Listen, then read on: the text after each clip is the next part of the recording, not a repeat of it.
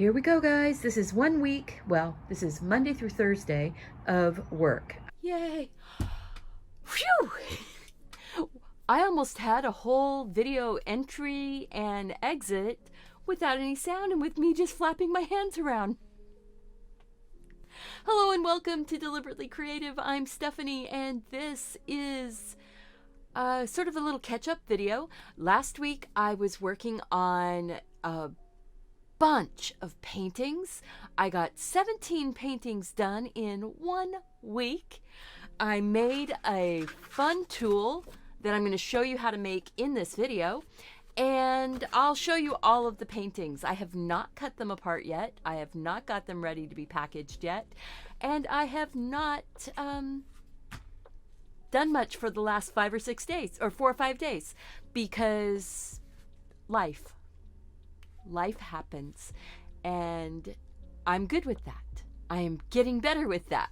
I am really hoping that I can get myself to that. Anyhow, I'm going to show you how to make this really fun, easy color picking wheel. You can use pastels, you could use paints, you can use colored pencils. It's a color picking wheel. I have to give full props to Bob Burridge on YouTube. I was looking at his color wheel, using my own stuff, drawing it, painting it. I'm not selling it. He shows it on all of his videos, and it is so cool. I didn't have time to wait for a professional one to be made and sent to me. I might get one at some point, but right now this works. Get to the footage where I show you how to make this. Then I will do some of these paintings. I'll show you. Look at that. All right, so the sound issues continued. I went to all of my footage that I recorded last week, and there was no sound. So everything's going to be a voiceover, and that's why there's a lot of speed up video and things like that. I'm using a Helix circle maker. You can use anything that's round. You don't have to do it exactly in 36-degree sections, but I am, and that's just because it's 10 colors, and 10 goes into 360 degrees 36 times, so 36 degrees. I am using the Neocolor 2 wax pastel crayons. I'm not going to get them wet. It's just what I had that was nice and bright colors. One of the things about this color picking tool, this color wheel, is that it is limited in the number of colors that's on it, and they are bright. And that's just because you're looking at color families. You're looking at reds or magentas or yellows, orange, a green, a light green, a dark blue, a standard blue, and a blue-green, purple and violet, and that gives you your whole color range. When you're using this color wheel, you're not using these exact colors on the color wheel. You're just using it as a family picker. So I did this on cardstock, colored it up real quick. I just cut out a square. I didn't cut it out in a circle. And then I do the little kite shape piece, the little picker part that has the dominant color, which is the long arrow. The shorter point that's opposite the long is your focal color. And then your 2 supporting colors, Bob Burridge calls them spice colors, are on either side.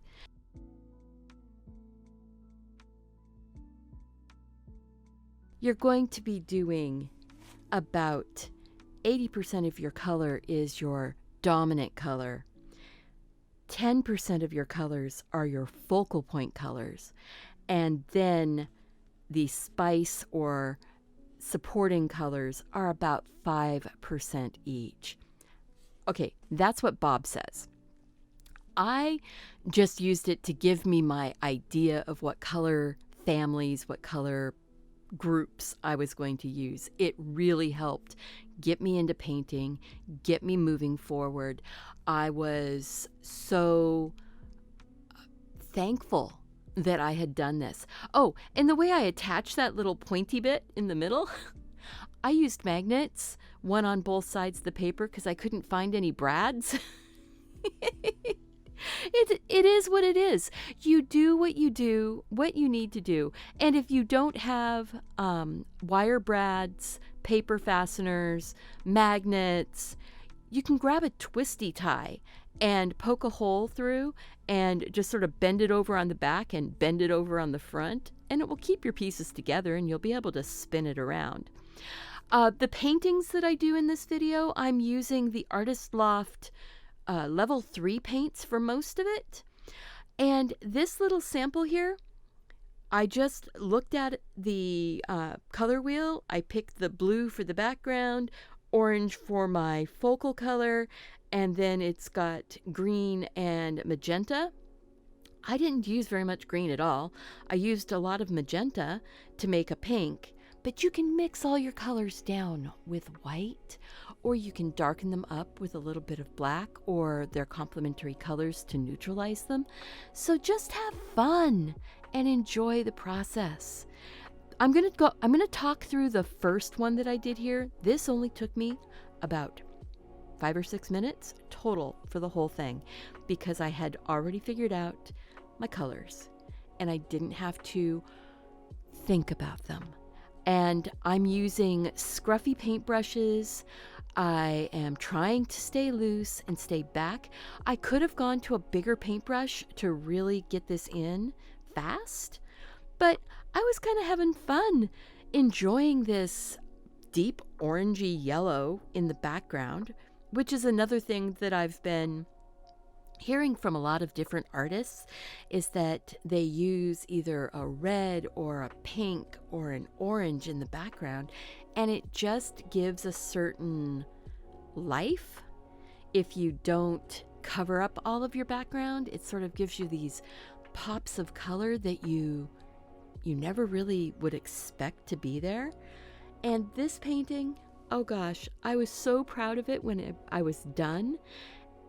I love the little glass jar.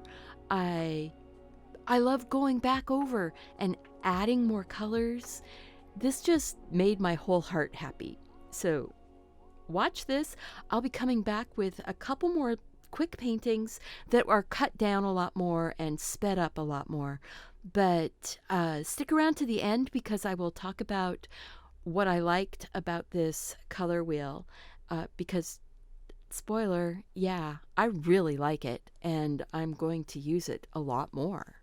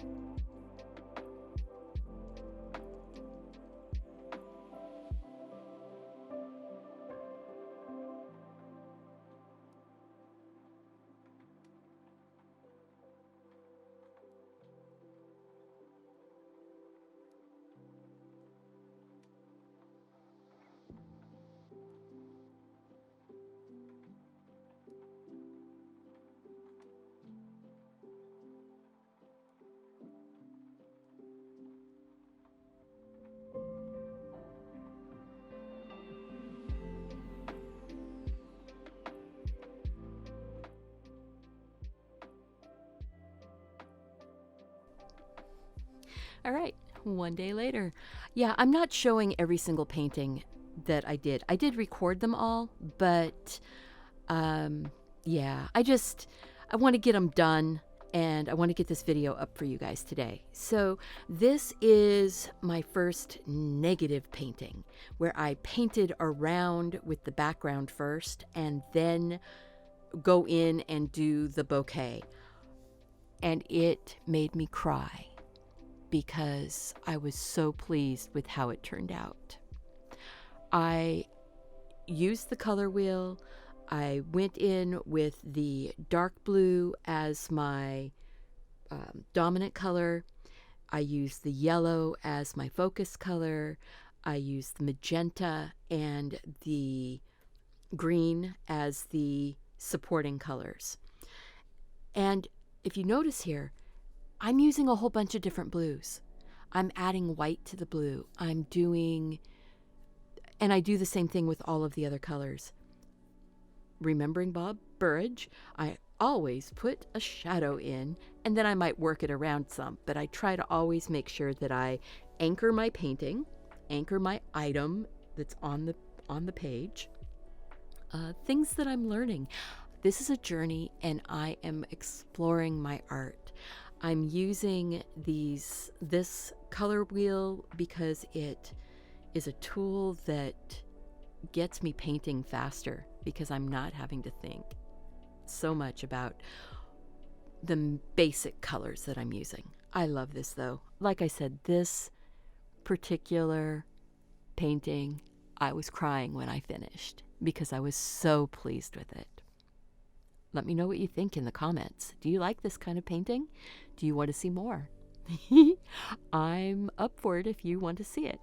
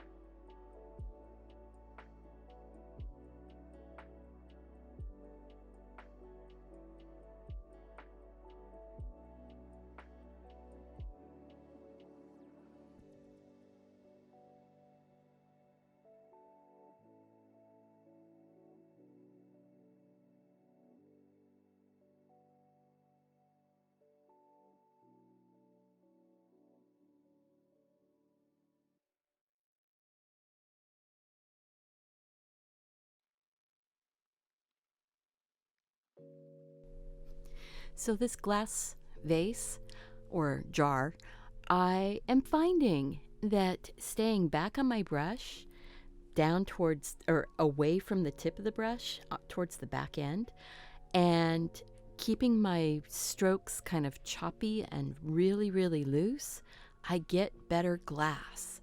People have been wondering how I get such nice looking glass, and it's because I'm sloppy and I'm trying to not be really, really tight and meticulous with it.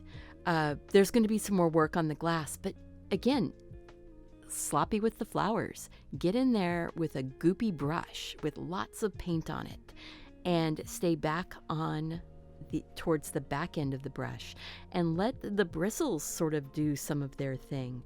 I am really enjoying these cheapo round brushes that I've got from years and years. And I'm just letting the brush kind of do its thing. So yeah, have fun. Enjoy your process. Enjoy your journey. I'm really learning a lot as I go on this. Doing 17 paintings in 1 week and doing them basically in 2.5 days was actually kind of thrilling. I've never done that before. I'm proud of myself. I'm proud of sticking with it. Now I just have to package them up. Well, cut them apart and package them up. So that will probably be in a future vlog because I have to have them ready for an art sale flea market thing on the second weekend of May. and I'm going to be in and out of my studio, so I've got to get it done. But look at that glass. Putting a few little random highlights of color that's in the painting on the glass, even if it doesn't feel like it should, be there. It might be reflecting something else that's around it, or just reflecting the colors from the bouquet. I love it, and I hope you do too.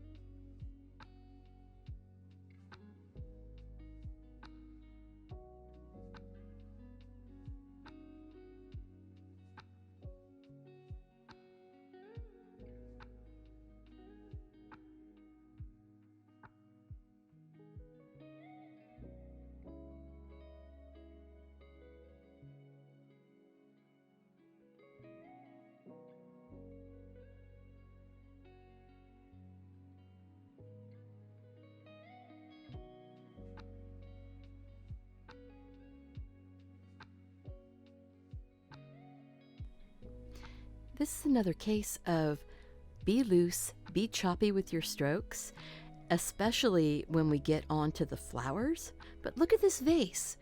It's a pottery vase. It feels like it has weight to it. Getting a shadow, getting a highlight, and then keeping your strokes loose. The lilacs here turn out really, really well.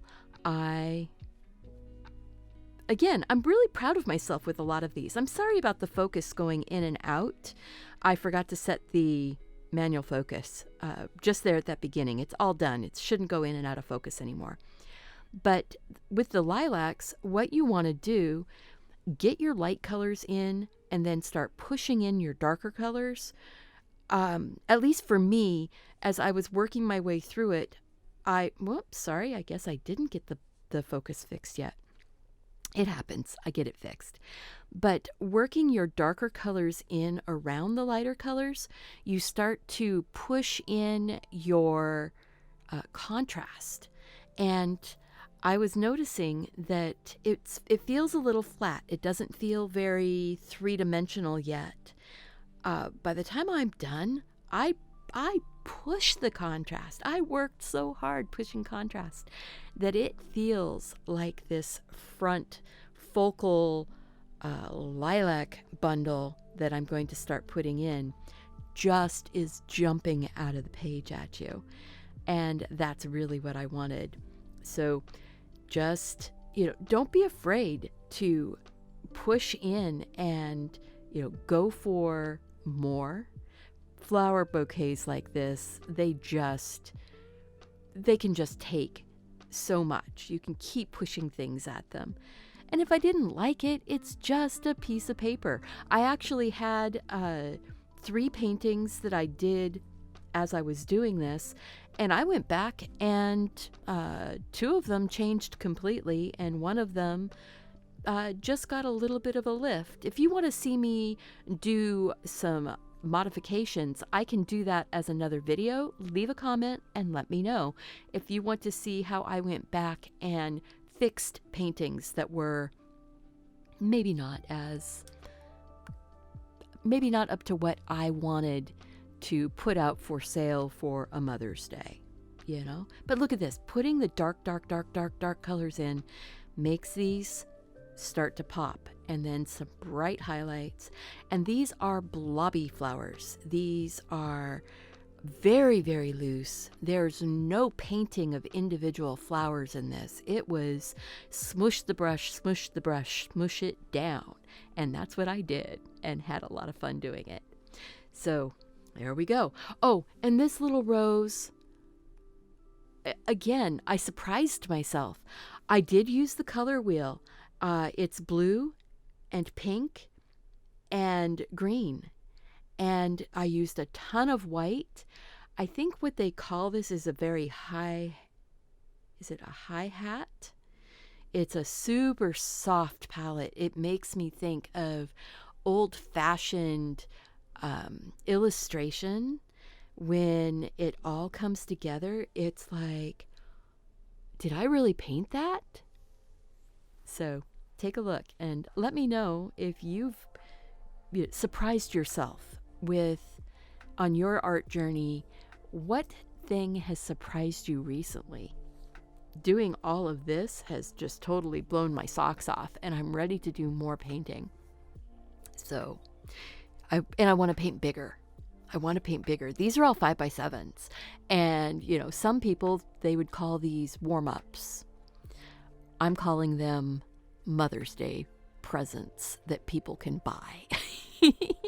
Because, I think that they're good enough for that. So, I'll see you at the end.